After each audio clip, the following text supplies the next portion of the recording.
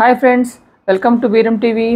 ఈరోజు హైదరాబాద్ టు కర్నూలుకి మధ్యలో ఉన్న షాద్ నగర్లో ఉన్న వ్యవసాయ క్షేత్రానికి వచ్చాం. మనం ఇప్పుడు అసలు సేంద్రీయ పద్ధతిలో వ్యవసాయం చేస్తారు అని విని వచ్చాం.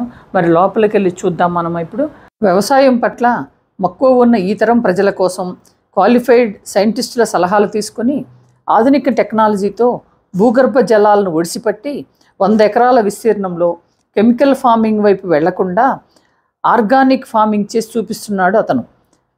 తనతో పాటు తన చుట్టూ ఉన్నవారు కూడా బాగుండాలని తప్పించే వ్యక్తి అతను.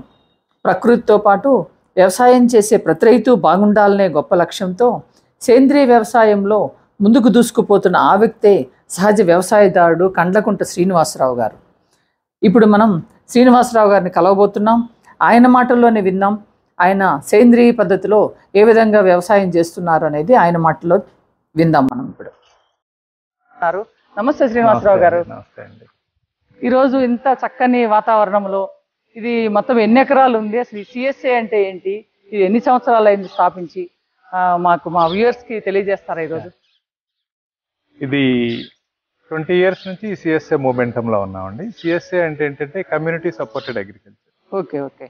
అంటే వ్యవసాయం ఏంటంటే ఇప్పుడు క్రాస్ రోడ్స్ లో ఉందండి. ఇండివిజువల్ గా వ్యవసాయం చేసే పరిస్థితి లేదు, అండ్ కలెక్టివ్ గా చేయడానికి మన ఊర్లో వాళ్ళందరూ కలిసి చేసుకునే సిస్టమ్ లేదు. కార్పొరేట్ ఫార్మింగ్ కూడా మనకు అందుబాటులో లేదు. ఒకవేళ ఉన్నా కూడా కార్పొరేట్ ఫార్మింగ్ ఏమవుతుందంటే అది ఒక ఇండివిజువల్ కంపెనీ కోసం కెమికల్ ఫార్మింగ్ అవుద్ది, కానీ వాళ్ళు న్యాచురల్ ఫార్మింగ్ లో రాలేదు.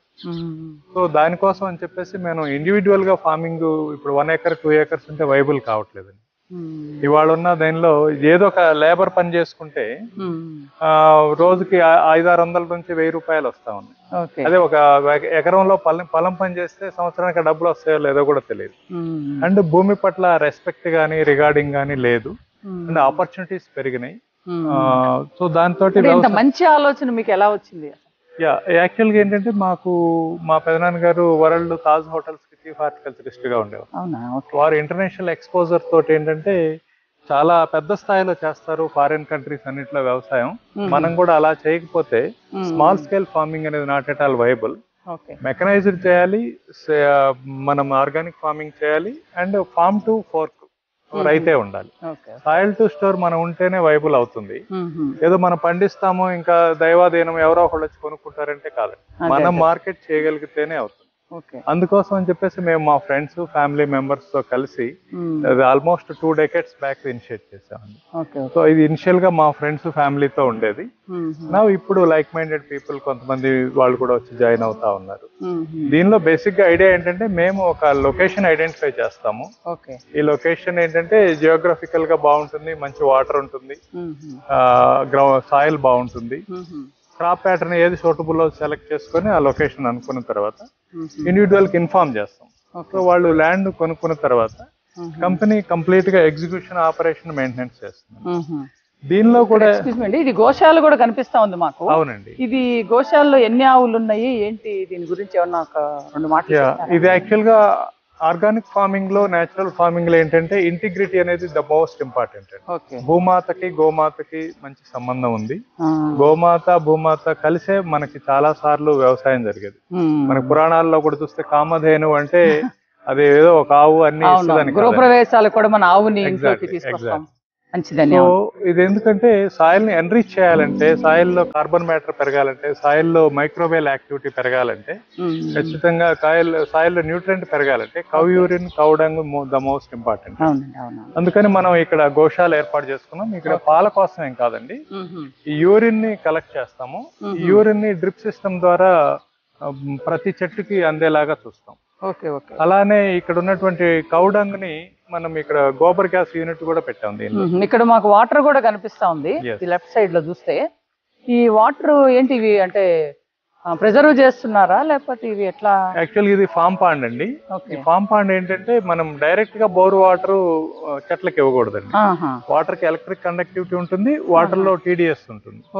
సో అది డైరెక్ట్ గా హార్డ్నెస్ చెట్లు తట్టుకోలేవు కాబట్టి ఇక్కడికి వచ్చి సెటిల్ అయిన తర్వాత ఈ వాటర్ ని ఇస్తామండి.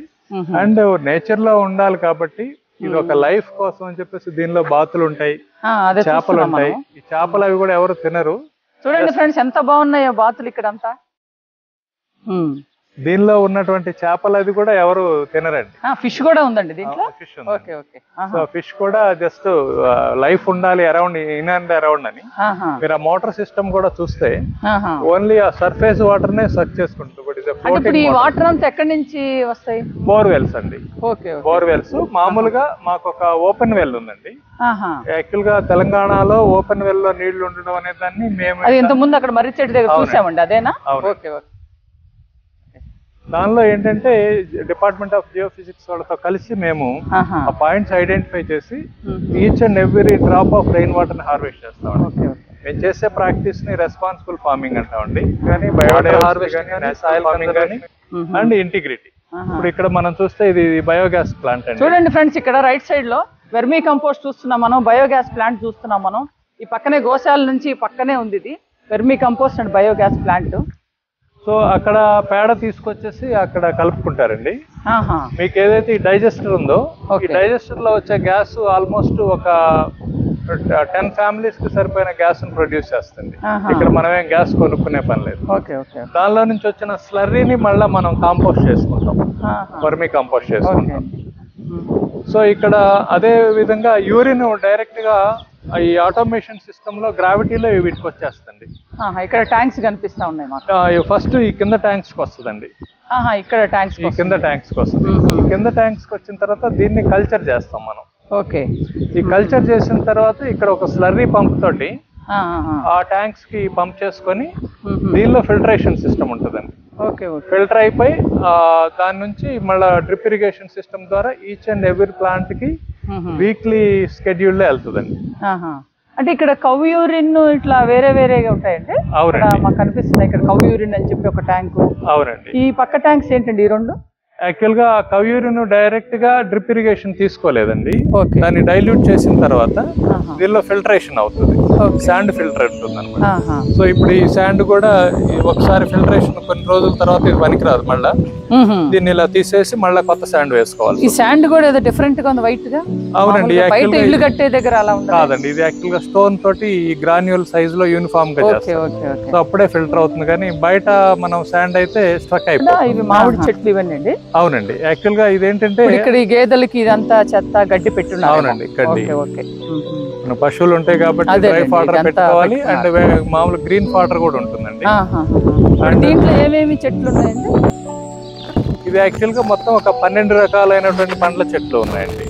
ఈ 12 రకాల పండ్ల చెట్లు ఎందుకంటే ఒకే మోనోక్రాప్ అనేది అగ్రికల్చర్ లో మంచిది కాదండి. ఒక సీజన్ ఏదన్నా మామిడి ఉందనుకోండి, దాదాపు ఒక్కొక్కసారి ఆల్టర్నేటివ్ ఇయర్స్ పండదు. అట్టేటప్పుడు రైతు దాన్నే నమ్ముకొని వ్యవసాయం చేస్తే ఇబ్బంది అవుతుంది. సో మనం ఏంటంటే ఎవ్రీ మంత్ ఏదో ఒక క్రాప్ వచ్చేలాగా దాదాపు ఒక 12 రకాల పండ్ల చెట్లని చేసుకోవాలి. యాక్చువల్ గా మనము సీడ్స్ ప్రిపరేషన్ కోసం అండి ఇది. సో ఇప్పుడు దీనిలో క్యాజురీనా అని మన సర్వీ అంటారు, క్యాజురీనా ప్లాంటేషన్ సీడ్స్ వేసాం అన్నమాట.